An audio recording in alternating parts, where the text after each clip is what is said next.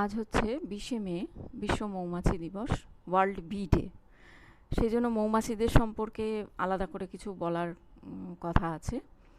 তো মৌমাছি তোমরা সবাই জানো যে মৌমাছি হচ্ছে ফুলের মধু খায়, তারপরে বিনিময়ে আমাদেরকে কি দেয়, আমাদেরকে তোমার মধুও দেয়, মোমও দেয়। আর ফুলের মধু খেতে ওরা কিন্তু খুব ভালোবাসে। আর বিশেষ করে যে ফুলগুলো হচ্ছে খুব উজ্জ্বল বর্ণের হয়, সুন্দর দেখতে হয়, এবং যেখানে মধু থাকে, যে ফুলেই মধু থাকে সেই মধু কিন্তু ওরা ঠিক খুঁজে নেয় কোথায় ফুলের মধু আছে এবং সেই মধু পান করে যায়। আর পরাগ হচ্ছে ওদের কাছে, ফুলের যে পরাগ রেণু সেটা কিন্তু ওদের কাছে খুব প্রিয়। ওরা পরাগ একদম গায়ে পায়ে পুরো মেখে নেয়, এই করে অন্য ফুলে গিয়ে বসে, তখন সেই ফুলের পরাগ মিলন হয়ে থাকে।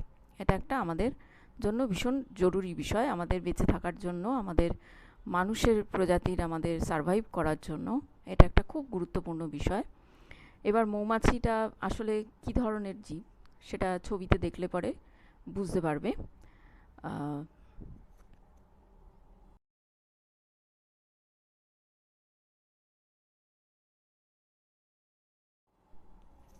এবার মৌমাছির বিভিন্ন প্রকারভেদ আছে, বিভিন্ন প্রজাতি আছে।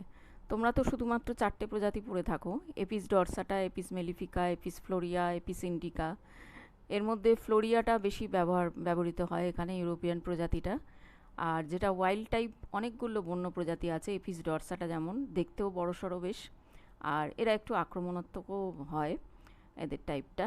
সারা ভারতবর্ষে প্রচুর প্রজাতি, মানে যত রকম মৌমাছি পাওয়া যায় তার প্রায় 90% প্রজাতি ভারতবর্ষে দেখা যায়।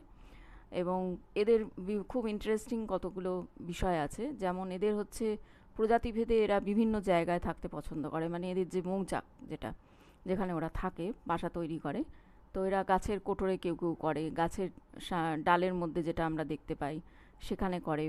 তারপর হচ্ছে তোমার খোলা জমির ওপর অ্যান্ড্রিনা বলে একটা প্রজাতি, তারা হচ্ছে আবার মাটিতে বাসা তৈরি করতে ভালোবাসে। কেউ কেউ আবার বম্বাস বলে একটা প্রজাতি আছে এপিসের, তারা হচ্ছে ইঁদুর যে বাসাটা ছেড়ে যায়, ইঁদুরের পরিত্যক্ত বাসা, সেখানে থাকতে ভালোবাসে। কাজে এদের মধ্যে বিভিন্ন বৈচিত্র্য আমরা দেখতে পাই, দেখতেও তাই। ওদেরকে তোমার বিভিন্ন রকম গায়ের রং থাকে, ডোরা কাটা থাকে, এগুলো দেখে তাদেরকে চেনা যায়। এবার হচ্ছে আমাদের এরা হচ্ছে সমাজবদ্ধ জীব আমরা জানি, তবে কিছু কিছু প্রজাতি আছে যারা হচ্ছে তোমার একা থাকতেও, নিঃসঙ্গ প্রজাতি, একা থাকতে যারা হচ্ছে পছন্দ করে। তো বেশিরভাগই হচ্ছে সমাজবদ্ধ, অর্থাৎ তাদের স্ত্রী মৌমাছি, পুরুষ মৌমাছি, শ্রমিক মৌমাছি থাকে। জানো, স্ত্রী মৌমাছি হচ্ছে ওর কাজ হচ্ছে ডিম পাড়া, পুরুষ মৌমাছি হচ্ছে সেই বংশ বিস্তারে সাহায্য করে, আর শ্রমিক মৌমাছি হচ্ছে যাবতীয় কাজ করে, মৌচাকের সমস্ত কাজ, মধু সংগ্রহ করা, সব কিছু, মোম বসান তৈরি করা, সব কিছু হচ্ছে ওদের কাজ থাকে। মৌমাছিরা কিন্তু আবার চোখে দেখতেও পায়, একটা নির্দিষ্ট তরঙ্গ দৈর্ঘ্য পর্যন্ত প্রায় আমাদের কাছাকাছি, মানে ওরা দেখতে পায়। আবার প্রজাতিভেদে হচ্ছে ওরা কত দূর পর্যন্ত, কেউ 1.5 কিলোমিটার, কেউ 2.5 কিলোমিটার, এরকম পর্যন্ত ওরা একটানা উড়ে যেতেও পারে। এবার আমাদের মৌমাছি আমাদের কাছে এত গুরুত্বপূর্ণ কেন, তার কারণ হচ্ছে আমরা যে খাদ্যশস্য যতটা পৃথিবীতে উৎপন্ন হয় তার প্রায় 70ভাগই হচ্ছে পরাগ মিলন ওদের দ্বারা হয়ে থাকে।